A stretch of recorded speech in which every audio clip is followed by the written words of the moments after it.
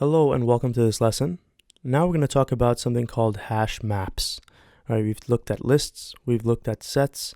The third kind of collection, so to speak, even though it doesn't necessarily belong to the collections framework specifically, but oftentimes people refer to it as a collection, is the map data structure. And the maps data structure, such as HashMap, and there's a couple of others you'll look at, such as TreeMap and LinkedHashMap. A map is basically like a dictionary. If you open a dictionary and flip over to some random page, you'll see that there are words and then there are definitions. Okay, any page in that entire dictionary has the same structure. You got words and then you've got their definitions. That's a map. That's a hash map, specifically speaking, right? The data structure is represented in that format. And oftentimes the structure is referred to as a key value store, meaning keys and values. Keys point to values. So when you have a dictionary, the words point to their definitions. Every word has at least one definition. So the key would be the word and the definition would be the actual value for that particular key. And the dictionary is filled with these sort of entries. So let's go over the actual structure in Java. I'm going to right click here on source and go to new. We'll create a new package and we'll call it lesson 5. And I'm hoping you're creating these lessons as we go along and not just copy pasting the code from someplace, okay? So make sure you're actually creating these classes and coding along as we go through these lectures. So let's go to new class and we'll call this class application, like we've always been doing so far. It's going to have the main method in here, and that's where we're going to test out our new data structure called the hash map. So defining it is going to be very similar to the array list or the hash set. It's just called hash map. It has those angle brackets, and I'm going to fill those out in just a second, but first let's give this hash map a particular variable. We'll call it dictionary. New hash map, like that. Now the important thing to remember about a hash map is every row of data is considered an entry, which contains a key and a value, okay? So like a dictionary, we have words and we have their definitions. So in these angle brackets, we have to first identify the data type for the key, and then we identify the data type for the value. So if we are representing a Merriam-Webster dictionary here, and we're going to put words and definitions in here, what do you think are going to be the two data types that represent that structure? Well, the first one is going to be a string, and the second one is, of course, also going to be a string. Words are strings, and so are their definitions, right? So we're going to do the same here, string, comma, string, okay? And now you could just do Control-Shift-O to do the import. And this also, of course, comes from java.util. Now the array list, the linked lists, the sets that we've been going over, hash set and linked hash set, those belong to the collection framework of classes. The hash map, as well as some other variations of this map that you'll see, they implement the map interface. If you control click this hash map class, notice that it's saying extends this map interface, and notice the K and the V. Any instance of this class that we create, a hash map, is going to have a key and a value, and that's what we're defining here. Right here, we're giving the key to be the string data type and the value to also be a string, right? We can put any data type in here, any complex data type. We can't put primitives, just like array list and hash map. We are not allowed to have primitive data types in these angled brackets, but we can have types that have classes associated with them. And so string is a perfect candidate for this example. So let me close this hash map class up there. So to insert data into this hash map, all we have to do is reference the variable dictionary dot put, okay? It's not dot add, it's dot put. So that's a key difference between the list and the map interface. So over here, if you look at this method signature, it recognizes that we have a hash map of strings. The key is going to be the string, and the value is also going to be a string. So it expects us to put in 2 string data elements in here. So the first one, let's just say, is the word, since there's going to be a dictionary that we're representing, we'll say the word brave. And the second value after the comma is going to be the definition for the word brave. And I've already copy pasted it out here. I'm just going to copy it and paste it. It's just a definition that I looked up from Google just to make things simple. So this is the key and this is the value. Okay, I'm just going to copy paste this a couple of times so we have a few different words. We have brave. Let's put another word, for example, brilliant. I'll have another word called joy. And finally, we'll put the word confidence. So next thing we need is their definitions. I've already copied them and pasted them somewhere else. I'm just going to bring them over here to the screen and paste them for the respective words. So brilliant's definition is going to be this. Joy's definition is going to be a feeling of great pleasure and happiness. And then finally, for the word confidence, I'm going to put the definition as this. Okay, so you get the idea, you got the keys, and you got the values. And together, each one of these entries is referred to as an entry set. We've got the first entry right here with this word and definition, second entry, third entry, and fourth entry. If I wanted to loop over this dictionary, I can use the for each loop syntax that we've seen in a couple of lessons ago.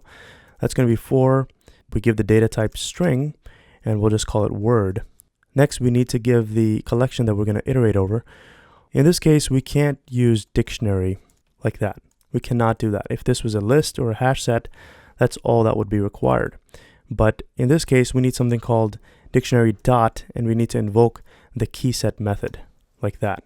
And now we're able to iterate over the keys of this dictionary. We need to specify keys as well as the values for this dictionary that we're looping over. So word is going to be taking place of each one of the keys in this dictionary.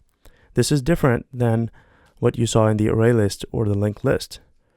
In that, you just needed to declare the collection variable. But for this case, we need to actually invoke this dot keyset method. If we were to print out the value for this variable word, let's do that. And now let's hit play and notice that the 4 words are printed. Right? These are the keys: brilliant, joy, confidence, and brave. Notice that there's no order to the way they're printed out here. The keys in a map are sort of like a set, right? There's no inherent order. If we were to use a linked hash set, hash map, we could just do linked hash map. Let me copy and paste that here, and then we would need to import that, Control-Shift-O, and now we've brought in the linked hash map. Now it's going to preserve the order in which this data was inserted. Okay, let's hit play and notice that now it's shown in the order of insertion: brave, brilliant, joy, confidence, in the same order in which the data was put. So that's the difference between a linked hash map and a regular hash map. Similar to how it was with the linked hash set, it preserves the order of insertion.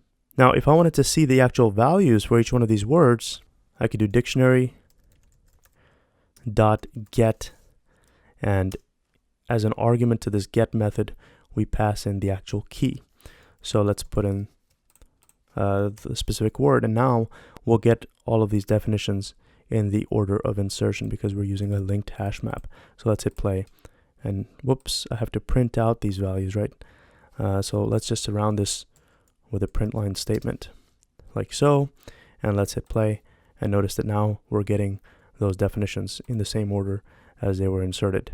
If I get rid of this linked part, then the order of insertion will not be managed, right? It'll just be random. There will not be any inherent ordering for the data. So I've changed this back to a hash map. Let's hit play, and now notice that the definitions are not in any particular order. Now you might be wondering, how do I loop over both of these? Right? In this case, we're just looping over the keys. How could we loop over both of these elements, this pair of values? How could we loop over them together? For that, we need to understand what an entry set is. So if I do dictionary dot entry set, notice this method definition. Let's click on it, and you can hit Control click and notice the comments for this method in the HashMap class. You can just hover your mouse over here so that it prints it out in a more reader-friendly fashion. So it returns a set view of the mappings contained in this map. All right, so it returns a set view of the mappings contained in this map. Okay, that sounds a little confusing, but all it's saying is this entry set is both of these together. Okay, it's an entry set, and both of these can now be referred to in this loop, the key as well as the value. So for this for loop, what do we need? Before the colon, we need to specify what data type is this entry set method going to return. And that's going to be map.entry. And then you specify the key and value that we are talking about. You don't need this first part. It's going to be map.entry, and then we give the specific key and value. And that, of course, you can get from up here. So I'm just going to paste that down here and then complete the for loop. And now notice that it is compiling. Now, of course, we need a variable declared here that will be used as the iterator. So I'll just call it entry, because that's exactly what each one of these rows are. These are entries. So to print out the key as well as the value, all I would have to do is do entry.getKey, and I could do the same thing for entry.getValue, just like that. Let me comment out the first part, and now we'll be able to see the key as well as the value being printed with the second loop. So let's hit play, and there you go. We get brilliant, joy, confidence, brave, and their definitions. Again, since I changed this back to a hash map, there is no inherent ordering. It doesn't maintain the order of insertion. There's also something referred to as the TreeMap. And the TreeMap basically maintains natural order. And what is natural order for strings? Well, it's alphabetic, right? For numbers, it'll be numeric, 1 to 10. For alphabetical, it'll be A to Z. So if I change this to something called the TreeMap, now it's going to actually sort this based on the alphabetical order. So let's do the Control-Shift-O to bring in the TreeMap interface, or class rather. If you want to see the definition of the class, Control-click it. Again, all of these angle brackets with these K's and V's and this question mark, that's going to make a lot more sense later when we talk about generics in great detail. But for now, understand that this TreeMap is going to sort the keys. Right, it's going to sort the keys in their natural order. That's what TreeMap is. And for strings, what does natural order mean? That's going to mean alphabetical. So let's hit play and notice that brave is number 1. Second place takes brilliant. Third is confidence. And then finally we have joy. The set data structure that we looked at in the previous lesson also has a variant of the tree structure, and that's called the tree set. Feel free to experiment that on your own, but it sorts it basically in the natural order. So there you have it. We looked at the hash map, the linked hash map, and the tree map. And we looked at how to iterate over this structure. If you want the keys and values both in the same iteration, you use this kind of looping mechanism. Otherwise, you can use something like this where you just get the particular keys. If you want to loop just over the values, let me uncomment this. Instead of .keyset, you could just do dictionary.values. And that will allow you to loop over the values, and this variable word, would take the place of each one of these definitions.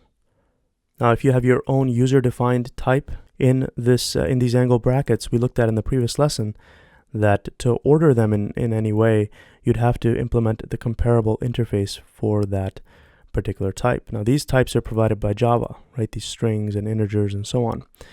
But if you had your own user-defined type, for example, let's say you had a class called animal. If you wanted to have that class maintain some kind of order, you want to make sure implement the compare_to method after implementing the comparable interface. If you forgot how to do that, revisit the previous lesson.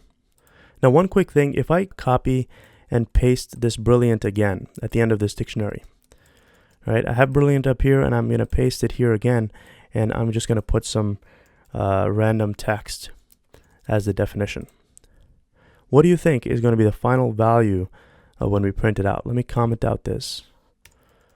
So we're going to get the keys and as well as the values. We're going to print them out. So let's hit play. And notice that for the word brilliant, the definition has been changed to just these X's. And this goes to show that this tree map or even a hash map or a linked hash map cannot be used to store duplicates, right? It makes sense, right? If you're having a key value type of situation, how would you have one key duplicated with two different values? You can't do that. So if it sees this entry right here, it enters that into this dictionary, goes down, and then finally when it gets to this line, it's going to enter brilliant again, overriding what it had before with this new value, okay? So you can't have duplicate keys in the map data structure. Similar to, the set structure. You can't have duplicates. So it's very important, if you were to have user-defined types as keys for this data structure, you want to make sure that you override equals as well as a hash code method, so that you don't run into a situation where two objects with the same state, same values are repeated in the keys for a dictionary. All right, so play around with this data structure, change these things around, put in integers here or doubles, whatever you want, and test out this structure. Make sure that it's a complex type. You cannot use primitives in generics. So you would have to use the wrapper classes such as integer or double and so on. So play around with it. I'm going to wrap up this lesson. Thanks for watching. I'll see you in the next one.